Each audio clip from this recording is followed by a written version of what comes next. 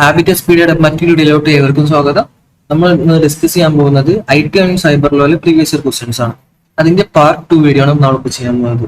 Part 1 video already നമ്മൾ channel upload ചെയ്തിട്ടുണ്ട്.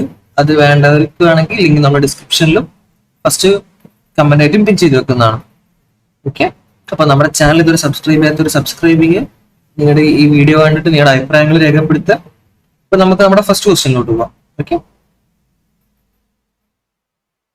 First question, സെൻസിറ്റീവായ ബാങ്ക് ഓർ ഓൺലൈൻ പേയ്മെന്റ് വിവരങ്ങൾ ആവശ്യപ്പെട്ട് ഏതെങ്കിലും അജ്ഞാത വ്യക്തി ഓർ സ്ഥാപനം വിശ്വസനീയവും ആകർഷകവുമായ രീതിയിൽ നിങ്ങൾക്ക് മെയിൽ അയക്കുമ്പോൾ ഇത് ഡാഷ് ആണ്. ഈ പ്രവൃത്തി ഫിഷിംഗ് എന്ന ഗണത്തിൽപ്പെടുത്താൻ പറ്റുന്ന പ്രവൃത്തിയാണ്. അപ്പോൾ ഓപ്ഷൻ സി ആണ് ഇവിടെ കറക്റ്റ് ആയിട്ടുള്ള ആൻസർ. ഓക്കെ, അടുത്ത ക്വസ്റ്റ്യൻ, പാക്കറ്റിൽ ഉൾപ്പെടുത്തിയിരിക്കുന്ന വിവരങ്ങൾ പ്രോസസ് ചെയ്തുകൊണ്ട് ഇനി പറയുന്ന ഉപകരണങ്ങളിൽ ഏതാണ് നെറ്റ്വർക്കുകൾക്കിടയിൽ പാക്കറ്റുകൾ ഫോർവേഡ് ചെയ്യുന്നത്? അത് നമ്മുടെ നെറ്റ്വർക്കിംഗ് ഡിവൈസസിനെ കുറിച്ചിട്ടുള്ള ഒരു ക്വസ്റ്റ്യൻ ആണ്. ഇതിലെ കറക്റ്റ് ആൻസർ എന്ന് പറയുന്നത് ഓപ്ഷൻ ഡി, റൂട്ടർ ആണ്.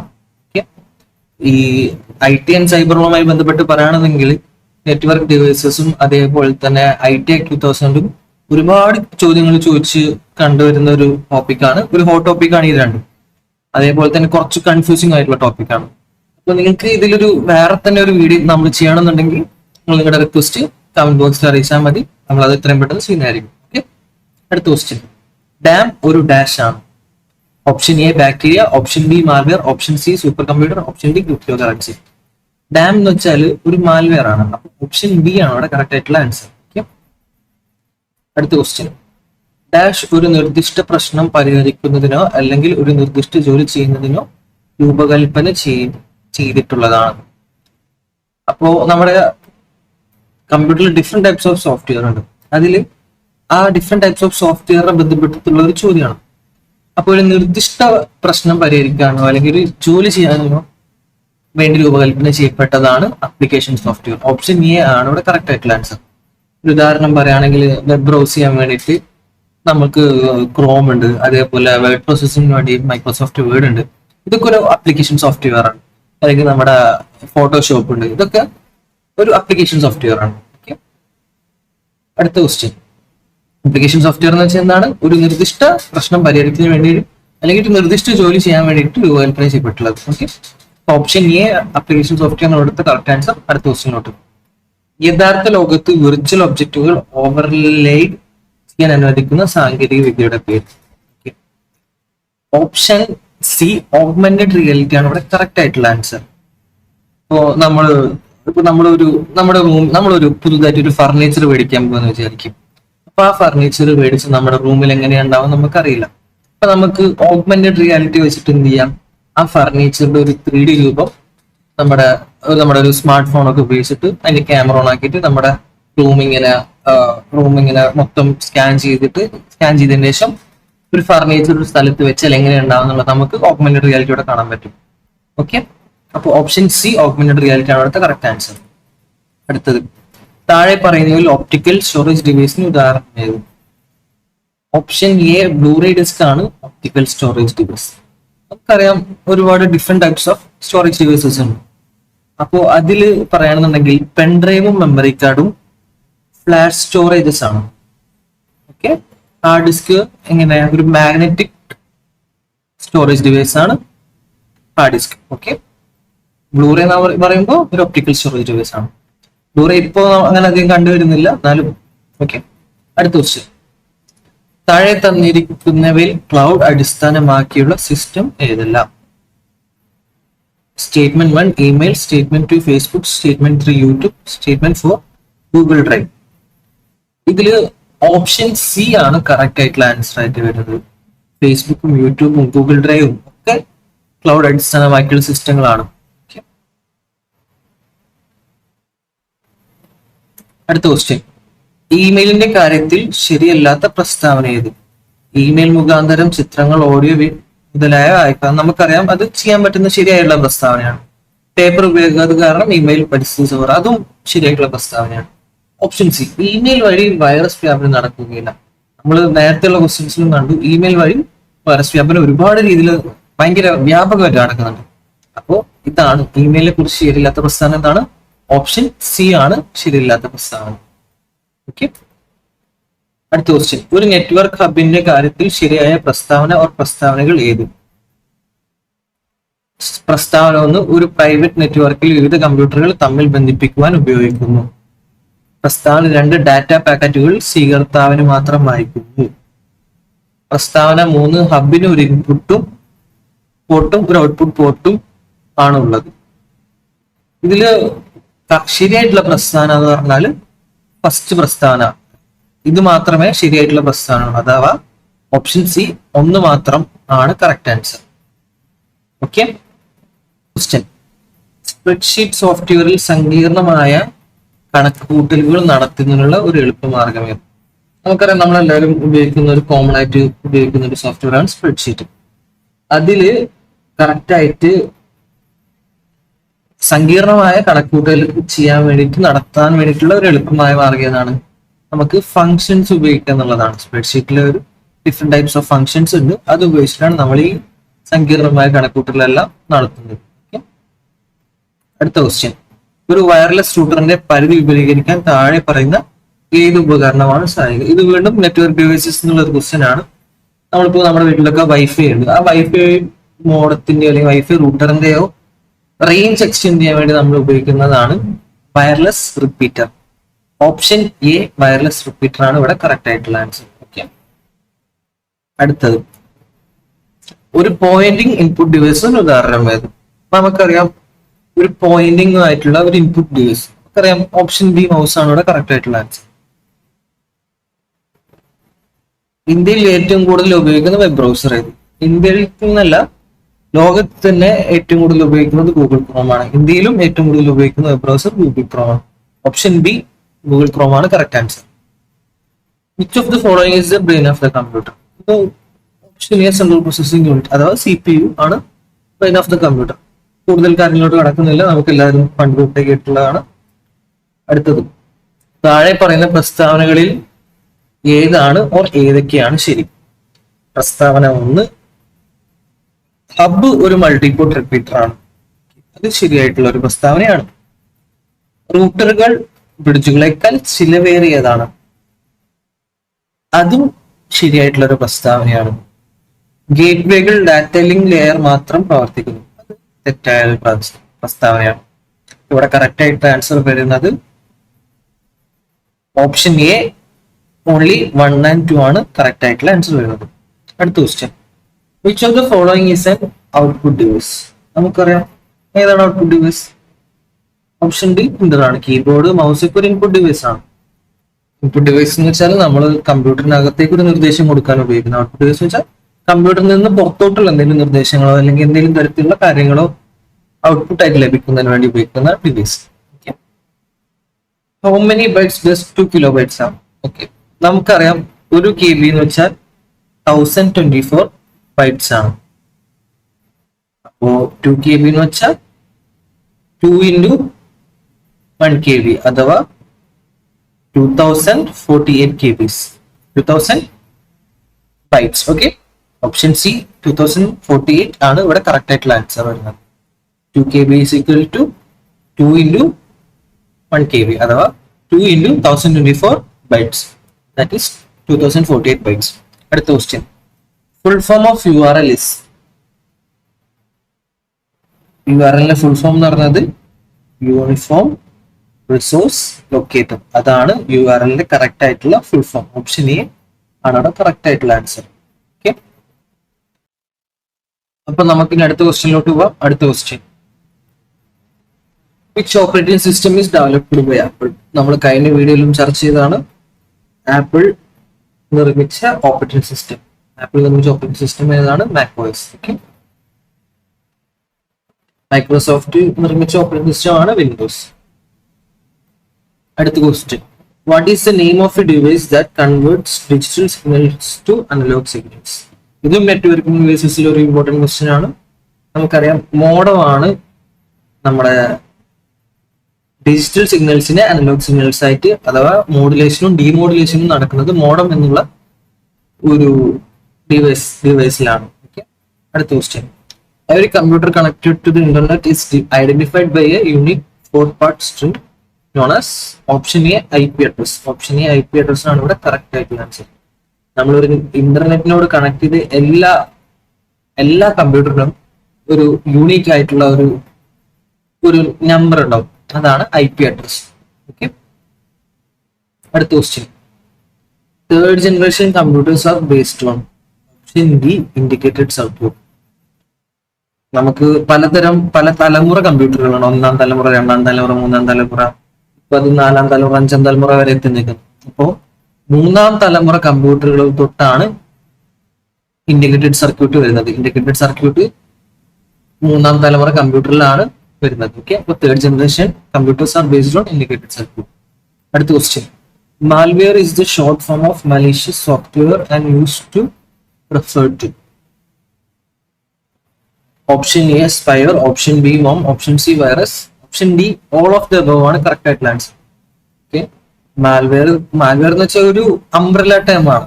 ഓക്കെ, നമ്മുടെ കമ്പ്യൂട്ടറിന് ദോഷകരമായിട്ടുള്ള ഒരു സോഫ്റ്റ്വെയർ ആണ്. അത് വേണമെങ്കിൽ സ്പൈവെയർ ആണ്. നമ്മുടെ കാര്യങ്ങൾ വാച്ച് നമ്മുടെ എന്തൊക്കെയാണ് ഒരു നമ്മളെ സ്പൈ യൂസ് ചെയ്യുന്നതാവാം, വേം ആവാം. എന്ന് വെച്ചാൽ കമ്പ്യൂട്ടറിൽ വന്ന് എങ്ങനെയെങ്കിലും ഇൻസ്റ്റാൾ ചെയ്യപ്പെട്ടിട്ട് വീണ്ടും വേറെ സോഫ്റ്റ്വെയർ ആയി രൂപം പ്രാപിക്കുന്നതാവാം, വൈറസ് ആവാം. Option D all of the above ആണ് correct answer. Dash is a special kind of website which offers so many services to its softwares. Option C web portals ആണ് കറക്റ്റ് ആൻസർ. അപ്പൊ നമ്മൾ web portals എന്ന് വെച്ചാൽ നമ്മൾ ഒരു സൈറ്റിനകത്തേക്ക് login ചെയ്താൽ അതിനകത്ത് തന്നെ ഒരുപാട് സർവീസസ് ഉണ്ടാവും. അങ്ങനത്തെ സൈറ്റിനാണ് പറയുന്നത് വെബ് പോർട്ടൽസ് എന്ന് പറയുന്നത്. Dash is an example of search engine. നമുക്ക് ഇപ്പി എന്ന് വെച്ചാൽ ഇപ്പി ഒരു സെർച്ച് എഞ്ചിൻ ആയിരുന്നു. അത് പണ്ടത്തെ ഒരു സെർച്ച് എഞ്ചിനാണ്. ഡക്ടക്ടോ ഇപ്പോഴും നിലവിലുള്ള ഒരു സെർച്ച് എഞ്ചിനാണ്. ബിങ്ങും ഒരു സെർച്ച് എഞ്ചിനാണ്. Option D all of the above ആണ് കറക്റ്റ് ആയിട്ടുള്ള answer. Touch screen is A dash type peripheral device. Touch screen എന്ന് പറയുമ്പോൾ നമുക്കറിയാം, നമ്മൾ ഇൻപുട്ടും ഔട്ട്പുട്ടും നമ്മൾ ടച്ച് സ്ക്രീനിൽ ടച്ച് ചെയ്യുന്നത് ഒരു ഇൻപുട്ടാണ്. എന്നാൽ നമുക്ക് തിരിച്ച് എന്തെങ്കിലും കാര്യങ്ങൾ കിട്ടുന്നത് ഔട്ട്പുട്ടാണ്. അപ്പൊ option D both input and output. Okay, അടുത്ത question. Norton is an example of bad software. Norton എന്ന് വെച്ചാൽ ഒരു ആന്റിവൈറസ് സോഫ്റ്റ്വെയർ ആണ്. നമ്മുടെ കമ്പ്യൂട്ടറിൽ വൈറസുകളൊക്കെ വരുന്നതിന് പ്രതിരോധിക്കാൻ വേണ്ടി ഉപയോഗിക്കുന്ന ഒരു ആന്റിവൈറസ് സോഫ്റ്റ്വെയർ ആണ്. അപ്പൊ ഓപ്ഷൻ ബി ആന്റിവൈറസ് ആണ് അവിടെ കറക്റ്റ് ആയിട്ടുള്ള ആൻസർ. അടുത്തത്. Who is following known as the father of computers. ഇത് ജനറൽ നോളജിന്റെ ഭാഗമായിട്ട് ഉള്ള ഒരു ക്വസ്റ്റ്യൻ ആണെന്ന് നമുക്കറിയാം. ഓപ്ഷൻ സി ചാൾസ് ബാബേജ് ആണ് ഫാദർ ഓഫ് കമ്പ്യൂട്ടേഴ്സ് എന്ന് അറിയപ്പെടുന്ന വ്യക്തി. ഓപ്ഷൻ സി ചാൾസ് ബാബേജ് ആണ് father of computers. What do we call a collection of two or more computers that are located within a limited distance of each other and that are connected to each other directly or indirectly? നമ്മളൊരു പരിമിതമായ ഒരു ഡിസ്റ്റൻസിൽ ഉള്ള computers വെച്ച്, അതെങ്ങനെയുള്ള കമ്പ്യൂട്ടറാണ്? പരസ്പരം direct ആയിട്ടോ indirect ആയിട്ടോ connect ചെയ്യപ്പെട്ട് കിടക്കുന്ന computers. അതിന് നമ്മൾ എന്താ പറയാ? ആ ഒരു കളക്ഷൻ ഓഫ് കമ്പ്യൂട്ടേഴ്സ് നമ്മൾ വിളിക്കുന്ന പേരാണ് local area network. Option C local area networks ആണ് കറക്റ്റ് ആൻസർ. ഇപ്പോൾ ഒരു കമ്പ്യൂട്ടർ നമ്മളൊരു സ്കൂളിൽ അല്ലെങ്കിൽ നമ്മുടെ ഒരു സ്ഥാപനം അല്ലെങ്കിൽ നമ്മുടെ വീട്ടിലെ കമ്പ്യൂട്ടേഴ്സ് എടുക്കും. നമ്മുടെ വീട്ടിൽ ഒരു കമ്പ്യൂട്ടർ ഉണ്ടാവും, വേറെ നമ്മുടെ ചേട്ടനോ ചേച്ചിക്കോ വേറൊരു കമ്പ്യൂട്ടർ ഉണ്ടാവും, വേറെ അനിയനൊരു കമ്പ്യൂട്ടർ ഉണ്ടാവും. ഈ 3 കമ്പ്യൂട്ടറുകളും നമ്മുടെ ഡയറക്റ്റ് ആയിട്ടോ ഇൻഡയറക്റ്റ് ആയിട്ടോ ലിങ്ക്ഡ് ആണ്. ഇത്തരത്തിലുള്ള ടൈപ്പ് ഓഫ് നെറ്റ്വർക്കിനാണ് നമ്മൾ എന്ത് പറയുന്നത്? ലോക്കൽ ഏരിയ നെറ്റ്വർക്ക് എന്ന് പറയുന്നത്. ഓക്കെ, അടുത്ത question. What is Microsoft PowerPoint? നമുക്കറിയാം, നമ്മളിപ്പോൾ ഈ പ്രസന്റേഷൻ ചെയ്യാൻ ഉപയോഗിക്കുന്നത് മൈക്രോസോഫ്റ്റ് പവർ പോയിന്റ് ആണ്. ഓപ്ഷൻ ബി പ്രസന്റേഷൻ പ്രോഗ്രാം ആണ് കറക്റ്റ് ആയിട്ടുള്ള ആൻസർ. നമ്മളിപ്പോൾ ഈ പ്രസന്റേഷൻ തയ്യാറാക്കിക്കൊണ്ടിരിക്കുന്നതും മൈക്രോസോഫ്റ്റ് പവർ പോയിന്റിലാണ്. അടുത്ത question. What is the shortcut key of paste in MS Word? Microsoft office വേർഡിൽ പേസ്റ്റ് ചെയ്യാൻ വേണ്ടി നമ്മൾ ഉപയോഗിക്കുന്ന ഷോർട്ട് കട്ട് എന്ന് വെച്ചാൽ Ctrl+V. ഓപ്ഷൻ എ Ctrl+V ആണ് കറക്റ്റ് ആൻസർ. ഓപ്ഷൻസിലില്ല, പക്ഷെ എന്നാലും കോപ്പി ചെയ്യാൻ വേണ്ടി നമ്മൾ ഉപയോഗിക്കുന്നത് Ctrl+C for copy, C for copy. Okay, cut ചെയ്യാൻ വേണ്ടി ഉപയോഗിക്കുന്നത് X, Ctrl+X ആണ് കട്ട് ചെയ്യാൻ വേണ്ടി ഉപയോഗിക്കുന്നത്. ഓക്കെ, അടുത്ത question. Which of the following statement is incorrect about Akshaya project in Kerala? നമ്മുടെ കേരളത്തിലെ അക്ഷയ പ്രോജക്റ്റിനെ കുറിച്ചിട്ട് തെറ്റായിട്ടുള്ള സ്റ്റേറ്റ്മെന്റ് എന്നാണ്. Akshaya project was launch to impart electricity in the state. ശരിയായിട്ടുള്ള ഒരു ഉത്തരമാണ്. Akshaya project focus on better citizen administration partnership through improved service delivery. അതും ശരിയാണ്. Akshaya project was first launch in Malappuram district. അതും ശരിയാണ്. The pilot implementation was in 2003. ഇതാണ് തെറ്റായിട്ടുള്ള statement. So option D 2003 2002 Akshaya പ്രോജക്റ്റിന്റെ ഫസ്റ്റ് ഇംപ്ലിമെന്റേഷൻ ആയിട്ട് നമ്മൾ കണക്കാക്കുന്നത്. ഓക്കെ, ഓർത്ത് വെച്ചോ. 2003 2002 അക്ഷയ പ്രോജക്റ്റ് കേരളത്തിലെ ഫസ്റ്റ് പൈലറ്റ് ഇംപ്ലിമെന്റേഷൻ. അടുത്ത question, information technology act 2000 section 43 പരാമർശിച്ചിരിക്കുന്ന ഒരു പ്രവൃത്തി എങ്ങനെ ചെയ്താൽ കമ്പ്യൂട്ടറുമായി ബന്ധപ്പെട്ട് കുറ്റകൃത്യമായി മാറും? നമുക്കറിയാം IT Act 2000. ഞാൻ നേരത്തെ പറഞ്ഞു IT Act 2000 ഇമ്പോർട്ടന്റ് ആയിട്ടുള്ള കാര്യമാണ്, ഇമ്പോർട്ടന്റ് ആയിട്ടുള്ള ടോപ്പിക്കാണ്, ഒരിക്കലും മിസ്സാക്കരുത്. IT Act 2000 സെക്ഷൻ 43 പരാമർശിച്ചിരിക്കുന്ന ഒരു പ്രവൃത്തി എങ്ങനെ ചെയ്താൽ കമ്പ്യൂട്ടറുമായി ബന്ധപ്പെട്ട് കുറ്റകൃത്യമായി മാറും? IT Act സെക്ഷൻ 43 പ്രകാരം സത്യസന്ധതയില്ലാതെ അല്ലെങ്കിൽ വഞ്ചനയോടെ ചെയ്താലാണ് അതൊരു കുറ്റകൃത്യമായി കണക്കാക്കപ്പെടുക. ഓപ്ഷൻ എ ആണ് കറക്റ്റ് ആയിട്ടുള്ള ആൻസർ. അങ്ങനെ അത്തരത്തിൽ സെക്ഷൻ 43 പറഞ്ഞിട്ടുള്ള കാര്യങ്ങൾ സത്യസന്ധതയില്ലാതെയും അല്ലെങ്കിൽ വഞ്ചനയോടെയും ചെയ്താൽ അതൊരു ക്രിമിനൽ ഒഫൻസ് ആവും. ആ ക്രിമിനൽ ഒഫൻസ് പറയുന്ന സെക്ഷൻ ആണ് സെക്ഷൻ 636. ഓക്കെ, IT Actലെ സെക്ഷൻ 43 കാര്യങ്ങൾ സത്യസന്ധതയില്ലാതെയും അല്ലെങ്കിൽ വഞ്ചനയോടെയും ചെയ്താൽ അതൊരു ക്രിമിനൽ ഒഫൻസ് ആയി മാറും. അത് എന്തൊക്കെയാണ് അതിനുള്ള ശിക്ഷ നടപടികൾ എന്ന് പറയുന്നതാണ് സെക്ഷൻ 66. ഞാൻ നേരത്തെയുള്ള ഒരു വീഡിയോയിലും പറഞ്ഞിരുന്നു. അപ്പൊ അതെന്തായാലും എല്ലാവരും ഓർത്തിരിക്കാം. അടുത്ത ക്വസ്റ്റ്യൻ, 2000 ഇൻഫർമേഷൻ ടെക്നോളജി ആക്ട് പ്രകാരം ഐഡന്റിറ്റി മോഷണത്തിനുള്ള ശിക്ഷ, ഐഡന്റിറ്റി തെഫ്റ്റിനുള്ള ശിക്ഷ ഏതാണെന്നാണ് ചോദ്യം. ഓപ്ഷൻ സി 3 വർഷം തടവും 1 ലക്ഷം വരെ പിഴയുമാണ് കറക്റ്റ് ആയിട്ടുള്ള ആൻസർ. ഓക്കെ, താഴെ പറയുന്നതിൽ സൈബർ ഭീകരത ഏത് നടപടിയാണ് മരണത്തിനോ പരിക്കുകൾക്കോ സ്വത്ത് നശിപ്പിക്കുന്നതിനോ കാരണമാകുന്നത്? ഓപ്ഷൻ എ ഏതെങ്കിലും അംഗീകൃത വ്യക്തിക്ക് പ്രവേശനം നിഷേധിക്കുകയോ നിരസിക്കുകയോ ചെയ്യുക. ഓപ്ഷൻ ബി ഒരു വലിയ കൂട്ടം ആളുകൾ ആവശ്യപ്പെടാത്ത ഇമെയിൽ അയക്കുന്നു. ഓപ്ഷൻ ഡി അനുമതിയില്ലാതെ പകർപ്പവകാശം വേണ്ടി ഡൗൺലോഡ് ചെയ്യും. ഓപ്ഷൻ സി സോഷ്യൽ മീഡിയയിൽ തെറ്റായ വിവരങ്ങൾ പറഞ്ഞു. ഇതിൽ ഓപ്ഷൻ എ ഏതെങ്കിലും അംഗീകൃത വ്യക്തിക്ക് പ്രവേശനം നിഷേധിക്കുകയോ നിരസിക്കുകയോ ചെയ്യുന്നതാണ് കറക്റ്റ് ആയിട്ടുള്ള ആൻസർ. ഓക്കെ, അടുത്ത ക്വസ്റ്റ്യൻ, ഇലക്ട്രോണിക് രൂപത്തിൽ ലൈംഗികത സ്പഷ്ടമാക്കുന്ന കാര്യങ്ങൾ പ്രസിദ്ധീകരിക്കുകയോ പ്രക്ഷേപണം ചെയ്യുകയോ ചെയ്തതിന് സെക്ഷൻ 67A പ്രകാരമുള്ള രണ്ടാമത്തെ അല്ലെങ്കിൽ തുടർന്നുള്ള ശിക്ഷയ്ക്കുള്ള പരമാവധി ശിക്ഷ. IT Actലെ സെക്ഷൻ 67A പ്രകാരമുള്ള പരമാവധി ശിക്ഷ എന്ന് പറയുമ്പോൾ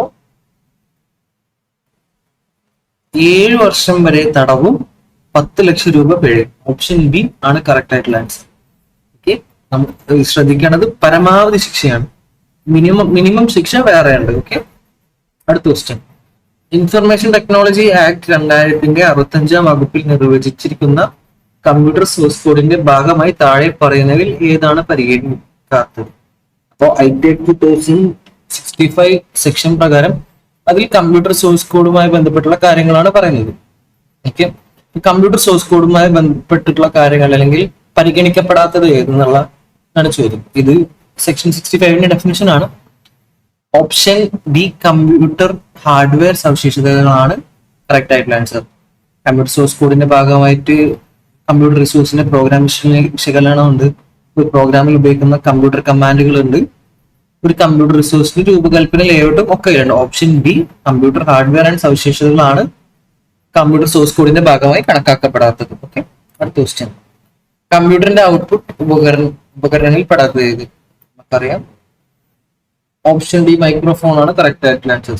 സ്പീക്കർ ഒരു ഔട്ട്പുട്ട് ഡിവൈസ് ആണ്, ഹെഡ്ഫോൺ ഒരു ഇൻപുട്ട് ആൻഡ് ഔട്ട്പുട്ട് ഡിവൈസ് ആണ്.